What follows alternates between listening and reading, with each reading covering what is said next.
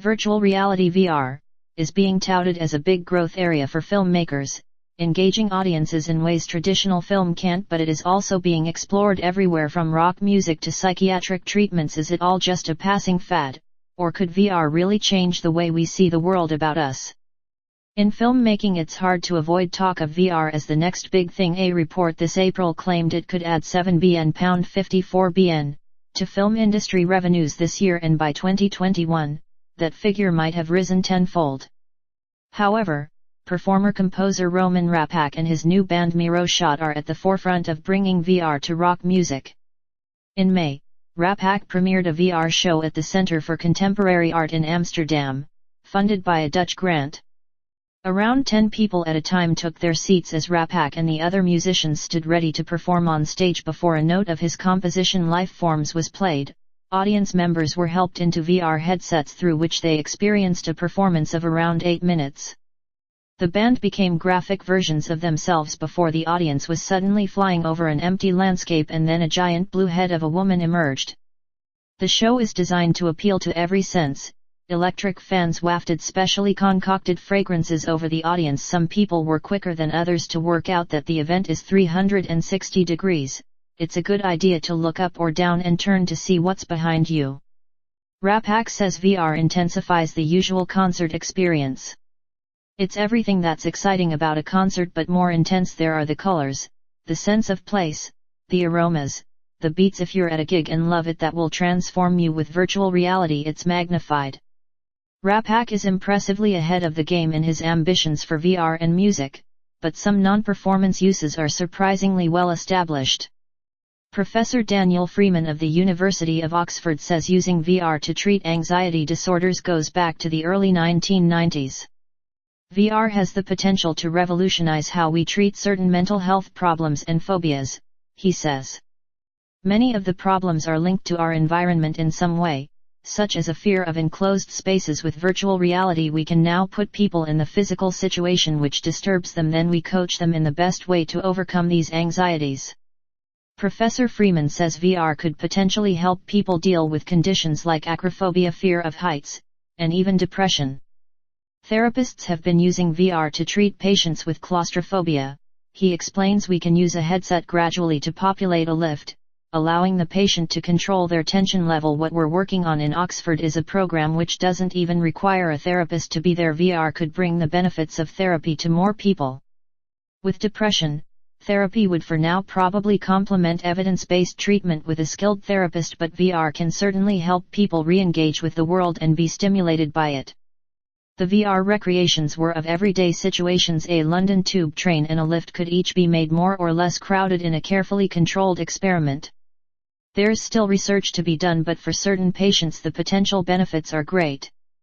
If clinical psychologists were quick off the mark, journalism is coming late to the VR party. Zilla Watson of the BBC has just written a report for the Reuters Institute for the Study of Journalism called VR for News, the New Reality.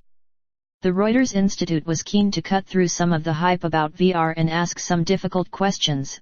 How can VR ever be monetized for news, and how compelling is it currently for audiences? She says.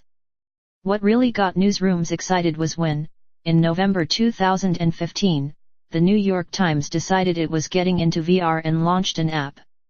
The newspaper wanted to discover new and exciting ways to tell stories. VR compels you to think in a completely different way about journalism, which has to be a good thing, but the practicalities are complicated.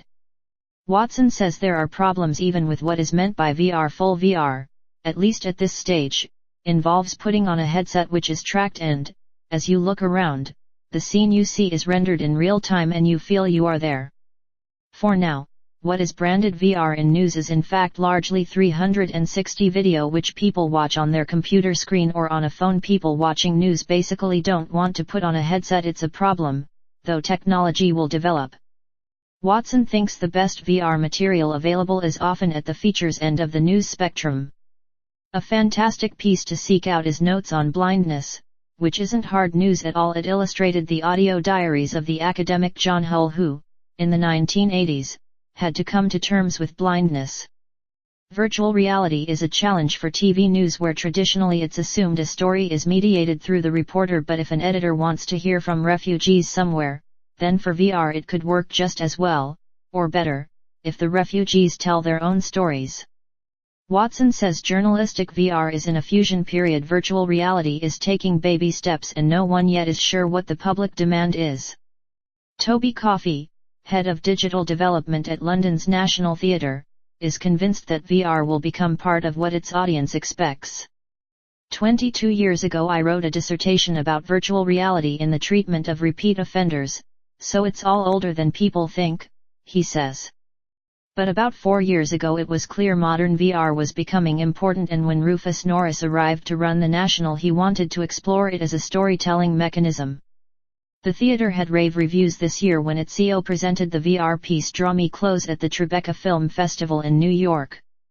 Written by Jordan Tannehill, it's an extraordinary one-on-one piece where the viewer, wearing a headset, moves through a physical set of a child's bedroom and interacts with what may be a memory of Tannehill's own mother. The mother is played by an actress in a motion capture suit, which means purists would say the piece isn't VR but augmented reality. Coffey says he still doesn't know what the National will offer in terms of VR. Like everyone, we're feeling our way and we're still not at the mass adoption stage. I'm looking forward to when someone will buy a National Theatre ticket and VR will be a major part of the experience, but I can't say if it will physically be in one of the National Theatre auditoriums. There's one-on-one storytelling, such as Draw Me Close, but also there's social VR that can be where a group of people wear individual headsets and see the same thing but are cut off from everyone else. Or there's what I call social VR, where people are aware of one another even with the headset on, and that's really what I'm looking at. Almost everyone in VR talks of how quickly technology is changing and how ambitions are changing too. Rappak says a huge part of the attraction of VR is that for now, nothing is certain.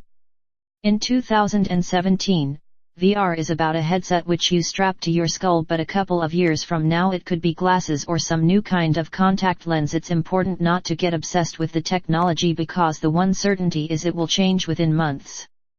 There's lots being written about virtual reality and I'm sure some predictions will prove completely wrong, but VR is almost totally unexplored, which is why it's an amazing opportunity.